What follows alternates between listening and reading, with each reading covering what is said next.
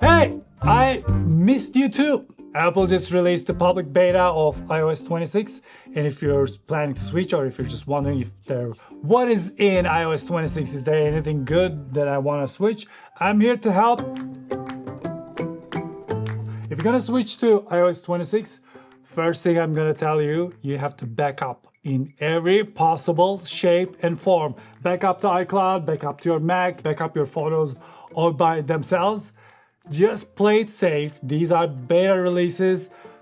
Yeah, probably you're gonna be fine, but in case you're not, in case you need to go back to iOS 18, just play it safe because yes, iOS 26 in itself works great. Apple solved this since, I don't know, iOS 14, 15. Now the betas work really well. But what may go wrong is another app that you may be using that may be really important to you, like a banking app or like a door unlocking app or something like that you cannot live without. In that case, make sure you have proper backups that you can go back to. First of all, the biggest buzz was the liquid glass, and liquid glass is just look at that reflection. This thing is gorgeous and it's only getting better. With every new release, they're tweaking it, making it a little better. However, iOS 26 is not only a pretty face, there are actually really useful features coming to this device. Screen incoming calls. Now when you receive a call from an unknown number, your iPhone can pick up the call and ask the other side, hey, who are you? Why are you calling us? And the other side can be like, hey, I am UPS, I'm right outside of the door, I brought something for Farouk. And then your iPhone will tell you the message the person at the door is telling you or whatever there. And then you can be like, oh, hold on, I'm coming. Or you can be like, no, not today, bro. Also now we're getting a call waiting, which is fantastic if someone puts you on hold and you don't need to listen to that song on repeat constantly. You can turn on detect call waiting and you can just put your phone down. Once the call waiting is done, it will let you know. You can pick up the phone and continue your conversation, which is great. It's going to save you a lot of time. Also, we're getting call filtering. Just like iOS 18, we still have call recording, but on top of that, now we have live translation. This works with a couple of languages so far, but I believe in time it's only going to get better. And now when you're on a phone call, you can tap to go into your Siri and start asking Siri questions. If you use eSIM, I mean with iPhone, I'm guessing you're using eSIM if you're in the United States. Now it is easier to transfer your eSIM between Android and iOS devices. And also when you go to your focus, you can turn off a specific eSIM. Let's say you have your work phone and then your personal phone in this device. On weekends, for example, you can just turn off the work phone and then just relax. When it comes to messages, now you can filter unknown senders. And actually what you can do is you can go to your settings and under unknown senders, as you can see, you can still allow notifications because those unknown senders can be the codes that are being sent to your phone to log into something and stuff like that. Also now in messages, you can create a poll. You can send it and it goes to the other side, as you can see, like this. You can even add a choice. Sure. And that gets added right there, and then you can select that one and it shows it like this. This can be nice in group messages when we're trying to decide something, as if there's democracy here. Also the keyboard is changed. Now we have this instead of return. Also the user interface of the keyboard seems more dialed in. The haptic feedback is changed a little bit. If you swipe something, once the swiping is finished, it gives you a little nudge. And you may be realizing that we have translation here. You can say, translate this conversation. And then you select one of these languages. And then now it's translating between Japanese. I hope more languages gets involved in this, but if the language you're looking for is not there, for example, this is in Turkish, you can go to translate and you still can get a translation that way. Also now we have background. Let's look at the backgrounds. In the backgrounds there are some backgrounds like these. You can change the colors, and as you can see they're actually moving around, which is really nice. They are all very nice, but keep in mind once you change your background, it changes the other side's background too, so don't go bananas. You're gonna make people upset. If you go to color, there are some predefined colors, but if you go to the very end, you can select your own colors and create something to your own liking. Also, as you can see, now we have backgrounds, photos, links, locations, all nicely organized once you tap on the person's name that you're chatting with. You can even see their contacts if you tap there. When you go to emoji and tap on GENMOJI, now what you can do is you can combine emojis together. We didn't have such feature back then, and I found the best use case for this. I just put hats on stuff, and this is what my humor is apparently. I think this is just hilarious. When it comes to maps, now there are preferred routes. This is going to be amazing if you like to take a side road or something when you're going somewhere. Map is gonna remember that, so next time when you want to go to the same location, what you can do is you can see how much the regular route would take and how much your route would take, so you can actually decide if the shortcuts you're taking is giving you any advantage or not. As you can see, the user interface of the maps is changed as well. They moved these down. They used to be up there, and actually the weather's up here now, which is great. Now let's talk about music. If you go to your music settings, song transitions, now we have AutoMix. This is a little different than crossfade. It determines the tempo. Sometimes it slows down the song you're listening to the song that you're gonna transition into. It's like a intelligent virtual DJ that is taking control, and sometimes it works really well.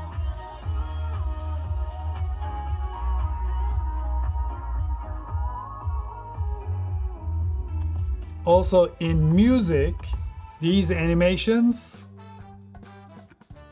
they go to the main screen as well. And now when it comes to song lyrics, you can actually translate the song lyrics, and not just that, and you can see the pronunciation, which is great for someone like me. I really appreciate that. And if you're doing karaoke, let's say on your Apple TV, you can use the microphone on your iPhone as the microphone and sing along.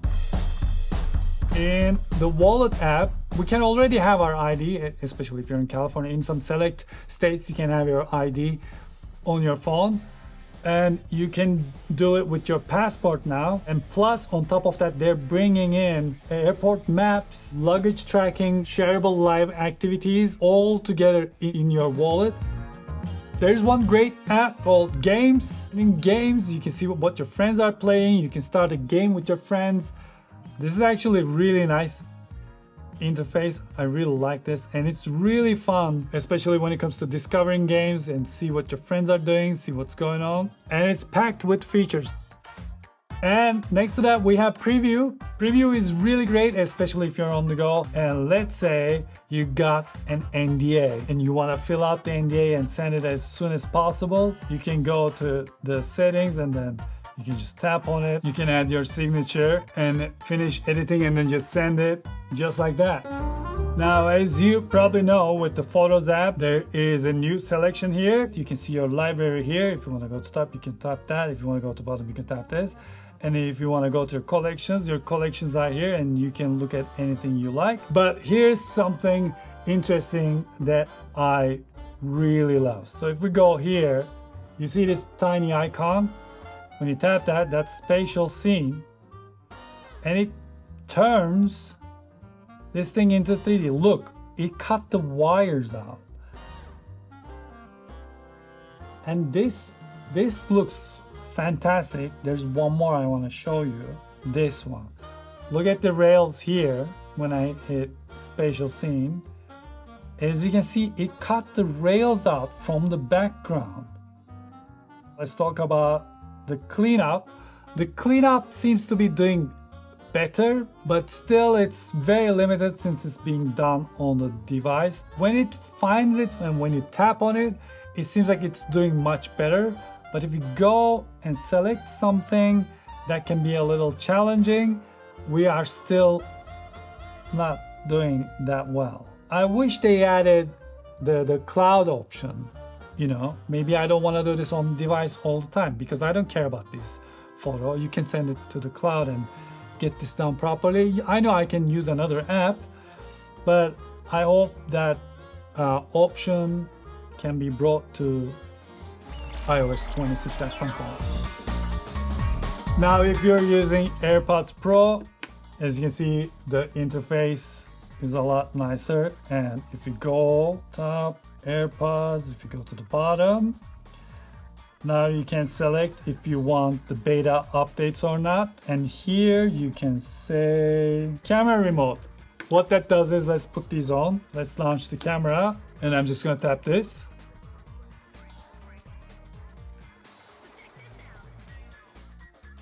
And take a photo like that. Also, high quality audio recording has come to the AirPods, which is going to be very handy. But on top of that, let's say you have your DJI mic connected in, and then you have your AirPods. Now what you can do is you can go here, input.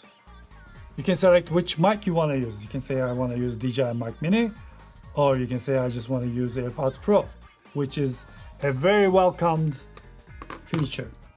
The visual intelligence. So what we can do is we can find something here, and then you just simply take a screenshot and then you circle around it.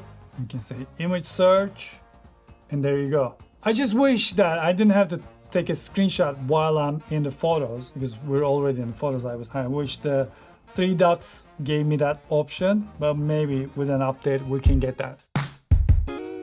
Now, of course, the camera app, as you can see, is a lot more defined. You can go to everything here, and once you're done, once you let it go, it becomes a lot more organized and clean. You can change these settings very easily with a tap.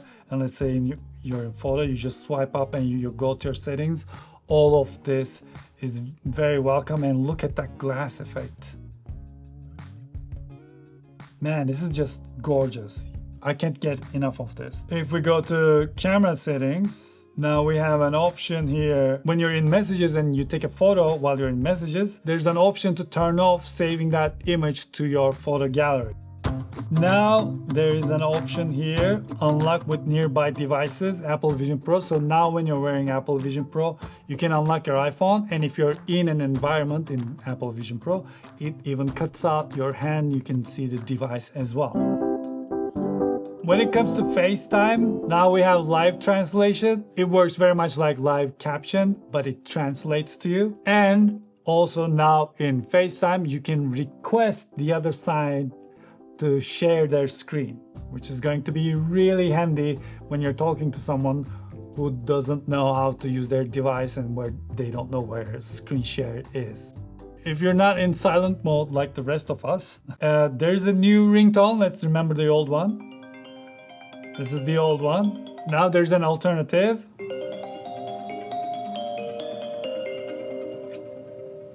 Which is great. And if you want to make your own ringtone, go to File, select your audio file, and then tap here, swipe up, and say use it as ringtone. In accessibility, we have a feature called head tracking. Let's go to head tracking, and you can select what actions do what. When you raise your eyebrows, it goes to home. When you open your mouth, it can do different things. Stick out your tongue. I blink, so I put pucker lips right, volume down, pucker lips left, volume up. When you turn on head tracking, as you can see, I'm controlling the device with my head.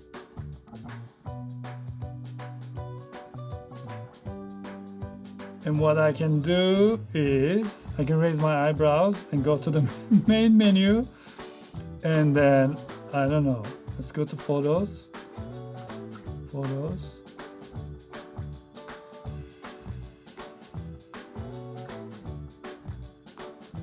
And here we are in the photos. This is fantastic.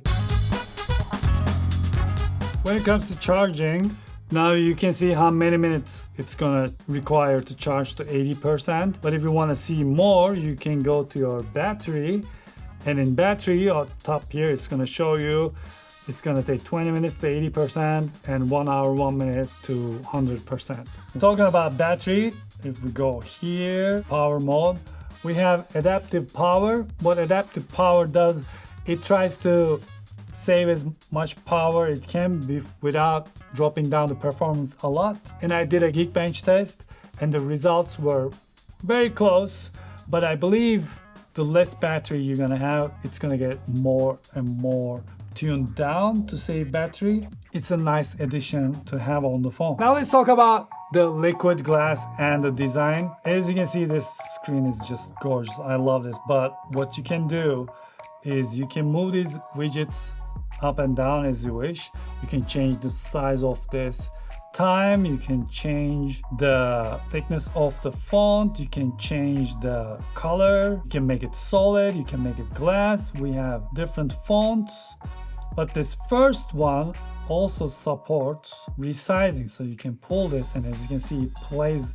really nicely with the wallpaper. Let's hit done and go to our home screen, and the same thing on home screen when you go to edit here, and then you can hit customize. Of course, we have the default icons, we can switch it to dark, but on top of that we can switch it to clear. We can select the version of that as well, or we can make it tinted, and with tinted, if you want, you can tap this and pick a color from the wallpaper and apply that. And also, if you want, you can make these bigger. You can remove the names. As you can see, kind of ruin the photo. What you can do is you can go to your photos and say always display in full color, and it goes back to, and it even has the spatial depth, which is fantastic. When it comes to the alarm, we have a giant stop and snooze button, as you can see, which makes it really easy. You can hit snooze, and as you can see, I can customize the snooze time. So if you set up an alarm, you can say snooze duration up to 15 minutes or 1 minute. The design on Safari is just gorgeous. I love that this just gets out of the way. It becomes super tiny, and then we get this bottom of the screen back. It's almost like every piece of the screen is designed for us to see what's on it. But if you don't like it, this is something new that I really like that Apple is doing. You can go to your Safari settings and you can change how the tabs look. And if you're using shortcuts, now we have Apple Intelligence integrated into shortcuts, and you can use that when you're creating whatever you want to create in this app. If you paid attention to WWDC, you know how we make videos when they repeat a word a lot? When Google did it, it was Gemini. So excited. Gemini, Gemini, Gemini. Gemini, Gemini, AI. Gemini, AI, Gemini, Gemini, AI, Gemini, AI, Gemini, Gemini, Gemini, Gemini, Gemini, Gemini. Gemini, Gemini, Gemini, Gemini, AI, Gemini. This time, I tried to do it with the Apple right after WWDC. The word they used the most was you. They used you 382 times. So I think what they're trying to emphasize is iOS 26 or iPadOS or visionOS or watchOS, HomePodOS, tvOS, every OS 26 is created with you in mind. And in that sense, I'm actually very excited where this is gonna go. You can use the feedback feature and send them your feedbacks. I use that feature a lot. And sometimes I see something I wrote in the feedback feature come to life. It just makes me so proud as if I came up with that. Don't neglect that feature. Use that feature, send your feedback. It may work, you never know. In the end, you're the person who's using this phone, right? Let them know what you want. But I'm excited. This thing looks really good. I think it's gonna make iPhone so much more useful. But I also think this is hinting about the next generation of iPhones. And I cannot wait to see that. So, that's pretty much it. Don't forget, back up, back up, back up, back up, and then dive into iOS 26 and I'm pretty sure you're gonna have a great time. Of course, it's gonna feel like the battery life is bad in the beginning because it's gonna be indexing and you're gonna be playing a lot. After a couple of days, the performances probably go back to normal. There are so many more things that are different in iOS 26, and let me know in the comments below what you find, what you think is better or worse. Let me know. I cannot wait to read your comments. Thank you very much for watching this video. I'm happy to be back. I'm happy to see you again.